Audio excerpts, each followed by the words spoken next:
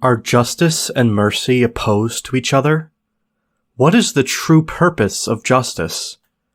Is it possible to hold people accountable without driving them to despair? And if so, how can we pursue justice in a way that protects victims while also leaving the door open to redemption?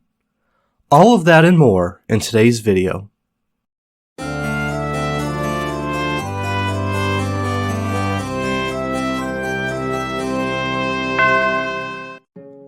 What is the ultimate purpose of justice? For whom do we seek accountability, and why? Imagine a man. Let's call him Daniel. He isn't malicious, yet he finds himself caught in a cycle of self-destruction. Maybe it's addiction. Maybe it's deceit.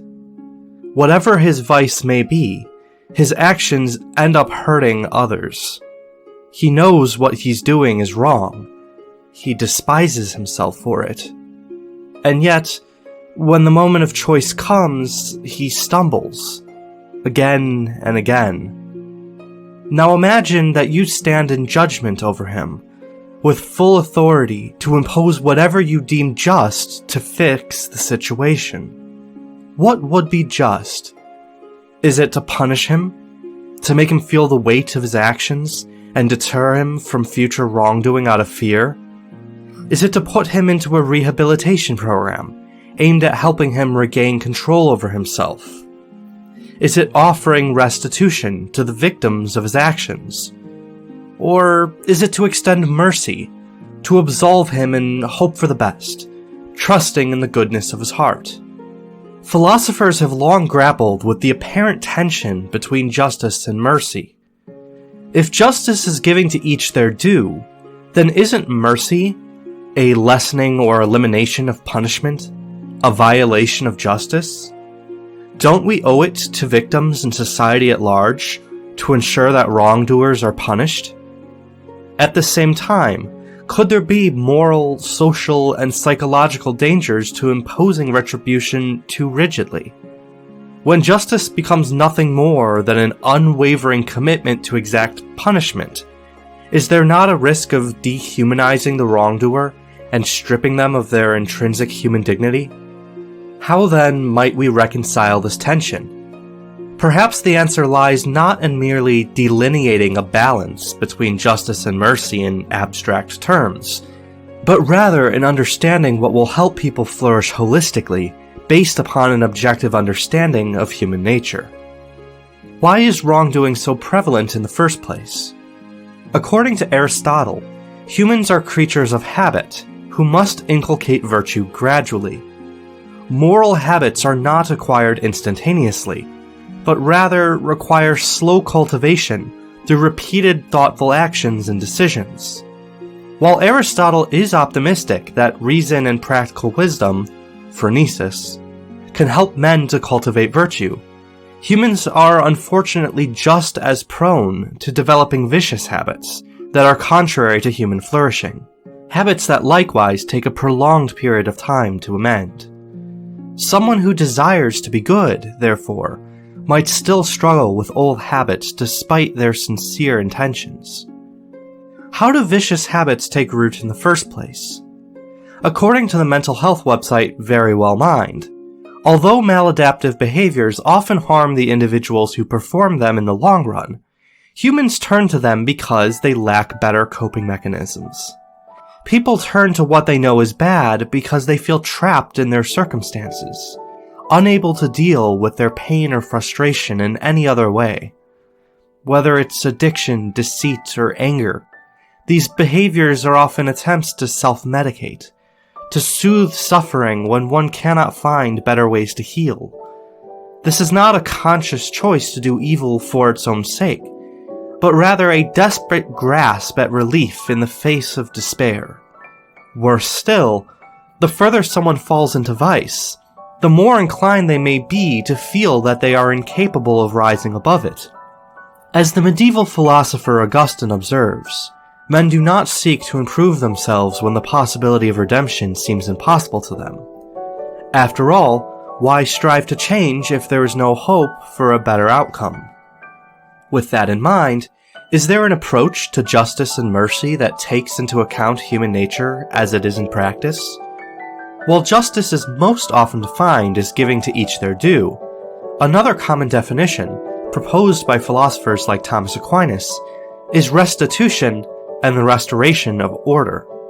This definition, while keeping in mind the necessity of correcting injustices inflicted upon victims as much as is reasonably possible, also keeps in mind the need to restore the soul of the wrongdoer, or at least strive towards that outcome. We see then the possibility of uniting justice and mercy into a singular framework. As Thomas Aquinas writes in his Summa Theologiae, mercy is the complement of justice. While accountability is essential to protect victims and ensure that the effects of evil are limited, mercy allows for the possibility of redemption. Mercy, far from being opposed to justice, actually perfects it, since justice divorced from mercy risks becoming an instrument of despair, rather than a force for restoring peace and enabling growth, potentially driving an individual to commit even more wrongdoing in the future. What does implementing this conception of justice look like in practice? Ultimately, it is a mean between two extremes. On one hand, the rigid imposition of punishment that seeks only to exact retribution, and on the other, the extreme of excessive leniency, wherein wrongdoers are allowed to go unaccountable, while the importance of public order and victim protection is downplayed or ignored. The latter approach, which is typically defended by its proponents as a kind of compassion for communities who have been unfairly targeted by the justice system in times past, leads to unintended and disastrous consequences. By neglecting the need for just restitution to victims and an acknowledgement of harm done, society risks not only enabling further wrongdoing, which is disastrous both for wrongdoers and victims, but also undermining the stability and safety of the very communities such proponents aim to serve. As the philosopher Alasdair MacIntyre affirms, justice must always be situated within a framework of community and human development. Consequently, any implementation of justice that does not improve social order is not true justice. But does that mean that we should automatically default to punitive justice to deter crime? Not necessarily. According to the mental health advocacy group Lives in the Balance, punitive approaches to correction often lead to disenfranchised, marginalized, and alienated individuals. Addressing children specifically, Lives in the Balance writes, quote, "Kids often act out because they respond maladaptively to problems and frustrations, for which they're lacking the skills to resolve them. Flexibility and adaptability, frustration tolerance, emotion regulation, and problem solving," end quote. Psychological research shows that kids generally want to do well and don't want to be seen as problematic. They will direct themselves towards virtue if they are empowered to do so, but without such empowerment, they may misbehave as a way of communicating that they are struggling. Applying these principles to society at large, attempts to correct and prevent future misbehavior should avoid excessively punitive approaches, instead aiming for accountability through rehabilitation. As Martha Nussbaum argues in her Fragility of Goodness, any realistic system of promoting social well-being cannot simply think in terms of strict rules and punishments, but must account for the fragility of human life, because people are prone to misfortune and weakness. What then does it mean to be both merciful and just? It means recognizing human frailty without resigning ourselves to it. True justice is not about punishing failure for its own sake, but about guiding people towards what is good, true, and healing, not only for society at large, but for the wrongdoer as well. Mercy, then, is not permissiveness. It does not mean ignoring self-destructive behaviors or excusing harm. Rather, it means understanding why people struggle while also holding them accountable to change, not out of condemnation, but out of love. A society that neglects this balance, either by enabling self-destructive cycles or by reducing justice to mere punishment, creates an environment where wounds deepen and virtue withers.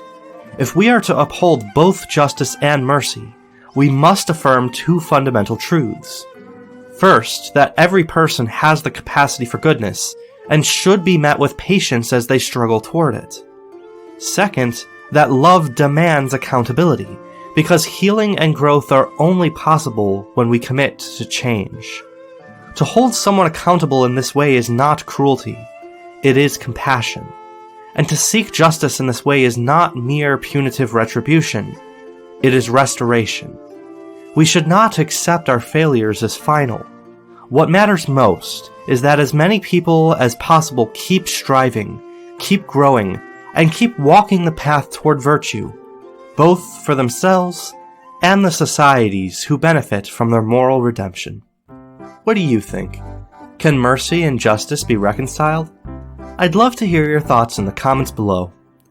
If you like this video, don't forget to subscribe and hit that bell so you can be notified when new videos are released.